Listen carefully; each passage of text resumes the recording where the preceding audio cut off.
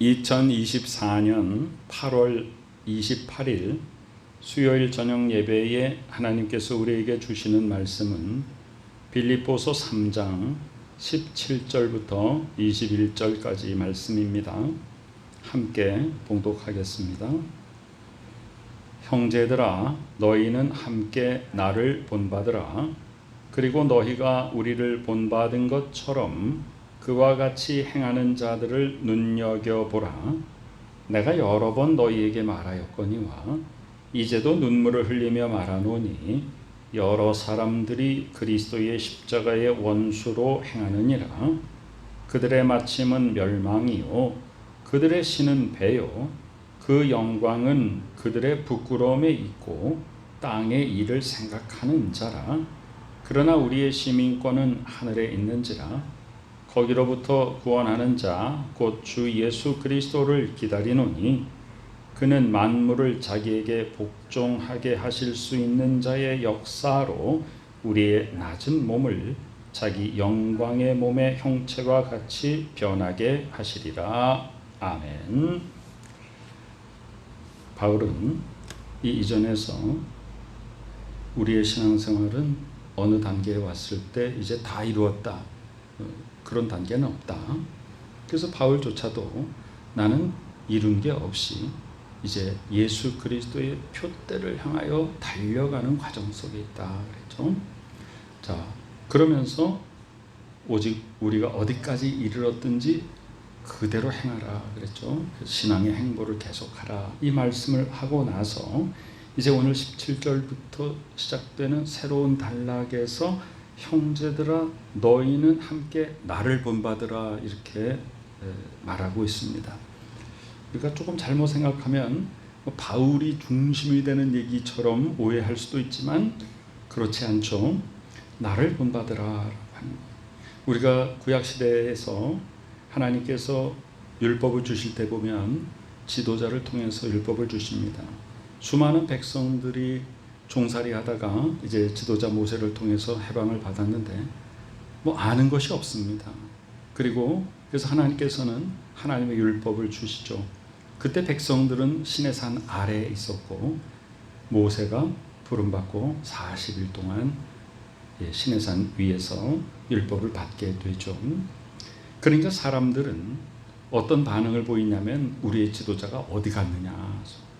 자, 믿음이 연약할 때는 항상 눈앞에 뭔가 나를 이끌어주는 사람을 바라볼 수밖에 없는 것이 우리 연약한 인간의 속성이죠. 자, 바울은 지금 나를 본받으라는 것은 무엇을 말하냐면 인간 바울을 본받으라는 것이 아니라 내가 예수 그리스도를 본받는 단계에 있다는 거예요. 그 앞에서 나는 완전히 예수님과 하나가 되었다가 아니라 그 과정 속에 있다.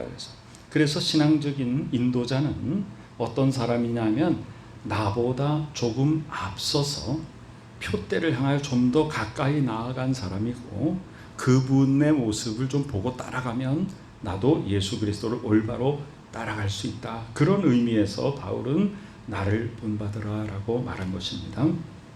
그리고 너희가 우리를 본받은 것처럼 그와 같이 행하는 자들을 눈여겨보라 그랬습니다. 자, 복음의 확장이라는 것은 예수 그리스도께서 이제 12제자를 두시고 또 12제자 외에도 70인의 전도대원이 있었고 또 500여 문도가 있었고 그 다음에 사도들의 가르침을 받은 사람들, 속사도들, 초대교회 교부들, 그래서 예수님 부활 승천 이후에 사도 바울과 같은 분들이 이방세계 복음을 전하고 수많은 곳에 교회를 세우면서 복음이 아주 기하급수적으로 확대되게 되죠.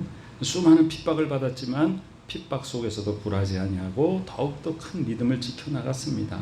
그러면서 한 사람이 여러 사람에게 복음을 전했고 그 여러 사람들이 또 더 많은 여러 사람들을 영혼을 구원했고 그런 과정 속에서 여기 보면 바울 한 사람이 너희는 여러 사람에게 나를 본받으라. 또 그 사람들은 다른 사람들 너희가 우리를 본받은 것처럼 그와 같이 행하는 것은 곧 예수 그리스도를 본받는 모습들 모두가 다 영적인 지도자를 통해서 예수 그리스도를 본받는 모습들을 다 보이는 것이죠. 그것을 눈여겨보라. 복음의 확장이 일어나는 것입니다. 18절에 보면 내가 여러 번 너희에게 말하였거니와 이제도 눈물을 흘리며 말하노니. 바울은 지금 감옥에 갇혀 있지만 자기가 감옥에 갇혀 있는 것이 이게 지금 괴로워서 눈물을 흘리는 것이 아니라 바깥에 있는 사람들이 하나님 앞에 바로 서지 못한 모습들, 미혹에 빠져 있는 모습들, 그런 모습 때문에 너무 안타까워서 지금 울고 있는 것입니다. 여러 사람들이 그리스도의 십자가의 원수로 행하느니라 그랬어요. 내가 빌립보에 가서 그렇게 교회 세우고 복음 전하고 애지중지하면서 성도들을 잘 양육해 왔는데 미혹하는 이들에게 또 속고 넘어가고 여러 가지 세상 풍조에 흔들리고 이러면서 어떻게 되냐? 그리스도의 십자가의 원수로 행했다 그 말입니다. 바울이 굉장히 강조하는 복음은 바로 예수 그리스도의 십자가로 말미암아 구원받는 것이죠. 그런데 자꾸만 율법주의자들이 와가지고 할례 받아라, 율법 지켜라, 또 혈통상 유대인이라는 것을 자랑하면서 이방인들을 멸시하고, 이런 속에서 바울이 그럼 지금까지 너희가 듣고 지켜왔던 그 복음은 어디로 왔느냐? 다시금 율법주의로 돌아가려느냐? 그뿐 아니라 또 황제를 신이라고 하고 황제를 실족하고 황제 숭배를 할 때 많은 그리스도인들이, 또 많은 사람들은 순교를 불사하고 거기에서 바른 믿음을 지켰지만은 또 한쪽의 사람들은 많은 배교 속에 빠져들어갔죠. 그냥 너무 가슴이 아픈 것입니다. 자, 그런데 여기에서 빌립보라고 하는 도시의 사람들은 어떻게 살았는가? 그들의 마침은 멸망이요 그들의 신은 배요. 그들의 신은 배다 그랬어요. 그러니까 배가 신이다라는 것은 이 물질적인 세계들을 통틀어서 말하는 것이고, 특별히 먹는 것, 그들의 신은 배다 그 말은 남들은 지금 먹을 것이 없어가지고 오늘 무엇을 먹을지 염려하고 있는 이런 상황에서 빌립보 사람들은 너무나 부유해가지고 너무 먹을 것이 많았습니다. 그래서 오늘은 무엇을 먹을까? 없기 때문에 걱정해서가 아니라 너무 많아서 오늘은 뭘 먹을까? 이런 걸로 하루를 보내고 사치하고 향락 속에 빠져 있었습니다. 그런데 그들의 마지막은 멸망이다 그랬어요. 그 영광은 그들의 부끄러움에 있고 땅의 일을 생각한다 그랬어요. 하늘의 일을 생각하지 않고 땅의 일을 생각하니까 물질 만능주의, 또 권력의 머리를 조아리고 세상 풍조를 따라가는 그런 빌립보의 성 사람들의 모습을 그대로 보여주고 있습니다. 그러나 반대로 우리 믿는 사람들은 그러면 어디에 소속된 사람들이냐? 우리의 시민권은 하늘에 있다. 우리는 천국 시민권자입니다. 우리가 대한민국의 국적을 가지고 있으면 우리는 대한민국의 법 아래에 있는 사람들입니다. 미국의 시민권자는 미국의 법 아래에 있는 사람들입니다. 어디에 속했느냐에 따라서 또 그 나라의 국력에 따라서 굉장히 자부심을 갖게 되기도 하고, 또 어떤 경우에는 굉장히 또 어려움을 겪기도 하고 그렇습니다. 그런데 우리는 이 세상에서 강대국의 시민권을 가진 사람들도 이 세상에서 큰 힘을 발휘하는데, 천국의 시민권을 가진 우리들은 얼마나 하나님께서 우리에게 능력을 부어주셨고 구별된 권세를 주셨는지요. 그래서 우리는 이 세상에서 위축되지 않고 천국의 시민권을 가진 자로서 권세를 누리며 살아야 됩니다. 그런데 우리의 가치관이 어떻습니까? 우리의 법은 세상 법과 같지 않습니다. 그래서 우리의 마침은 멸망이 아니라 우리는 진정한 영광이요, 우리들은 배를 위해서 사는 것이 아니라 하나님을 위해서 사는 것입니다. 그래서 우리들은 이 세상의 부끄러운 것을 향하여 쫓아가지 아니하고 땅의 일을 생각하지 아니하고 우리는 하나님께 영광 돌리는 일, 그것을 생각하고 그것을 행하며 오직 하늘의 일을 행하는 자들입니다. 그것이 바로 하늘에 있는 시민권자입니다. 우리의 소속은 어디에 있는가? 그것을 항상 생각하며 살아야 됩니다. 성도는 이 땅에 살고 있지만 우리의 소속은 하늘에 있다는 사실을 언제나 잊지 않아야 됩니다. 그래서 우리의 삶이 정말로 천국 시민권자로서의 삶인가? 우리는 정말로 하나님의 자녀로서 하나님의 백성으로서의 권세를 누리고 있는가? 정말로 아무것도 염려하지 아니하고 모든 일에 기도와 간구로 하나님께 아뢰고 있는가? 우리는 정말 항상 기뻐하고 범사에 감사하며 쉬지 않고 기도하고 있는가? 그것이 바로 천국 시민권을 가진 자의 특징이요, 세상 시민권을 가진 사람들과 다른 구별된 모습인 것입니다. 또 세상 시민권 가진 사람들은 가치관이 땅에 있기 때문에 이 땅에 연연하면서 삽니다. 그래서 이 땅에 가급적이면 많은 것을 세우려고 그러고 많은 것을 가지려고 그러고 많은 것을 누리려고 하고 많은 사람들 앞에 자꾸만 높임을 받으려고 하는 것이죠. 그러나 그것은 땅의 일입니다. 그것은 부끄러운 세상의 거짓 영광입니다. 그러나 천국 시민권자는 하나님께서 받은 은혜가 너무나도 감사하여서 그 받은 은혜에 족하게 여기며 언제나 그것을 많은 사람들에게 또 나누고 베풀며 하나님 아버지의 뜻을 이루고, 이 땅이 우리의 영원한 집이 아니기 때문에 이 땅에다 무엇을 더 많이 심고 여기서 더 많은 것을 가지고 여기서 더 많은 것을 누리려고 하는 것이 아니라 우리는 우리의 본향 천국을 생각하고 사는 것입니다.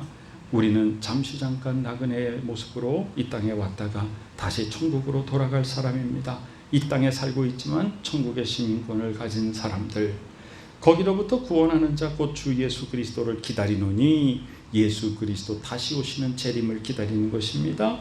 그는 만물을 자기에게 복종하게 하실 수 있는 자의 역사로 우리의 낮은 몸을, 그랬어요.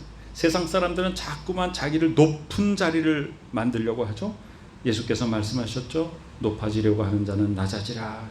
스스로 높아지려고 하는 자는 주께서 낮추신다 그랬죠. 그래서 겸손한 자를 영광의 몸의 형체와 같이 변하게 하시리라.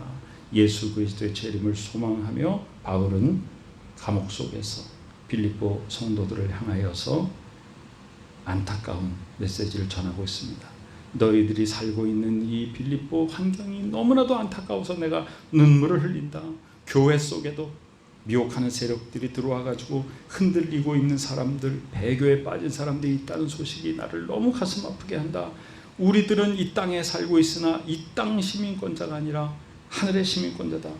이때 빌립보라는 성은요, 이 마게도냐 왕 필리포스 2세가 여기를 점령하여서 식민지를 삼아서 그 이름을 따서 빌립보라고 하였고요.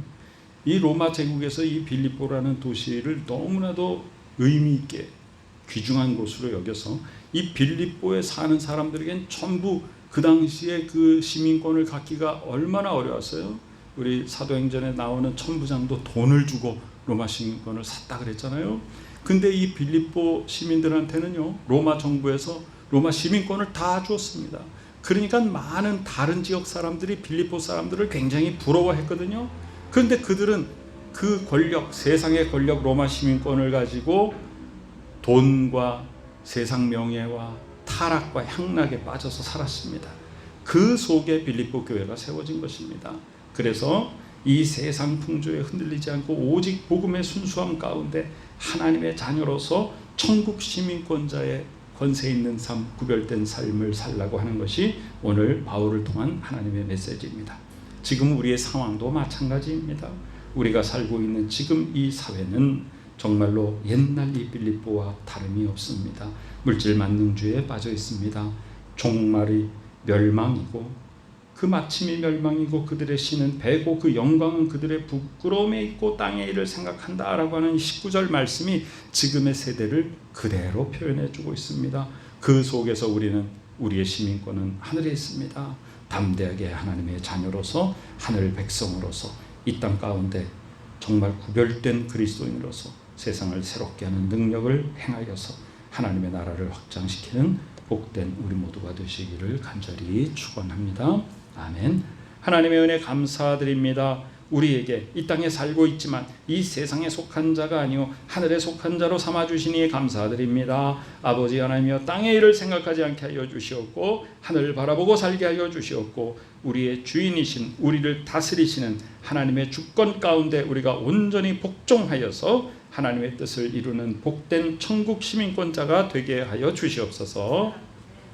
지금은 우리 구주 예수 그리스도 귀하신 은혜와 하나님 아버지 크신 사랑하심과 성령님의 놀라운 역사하심이 말씀을 통하여 우리가 천국 시민권자로서 하나님의 뜻을 이루어간다는 사실을 분명히 깨닫고 주의 말씀 가운데 든든히 바로선 복음 가운데 능력의 열매 맺는 하나님의 복된 자녀들의 머리 위에 지금부터 영원까지 함께 계시옵기를 간절히 축원하옵나이다.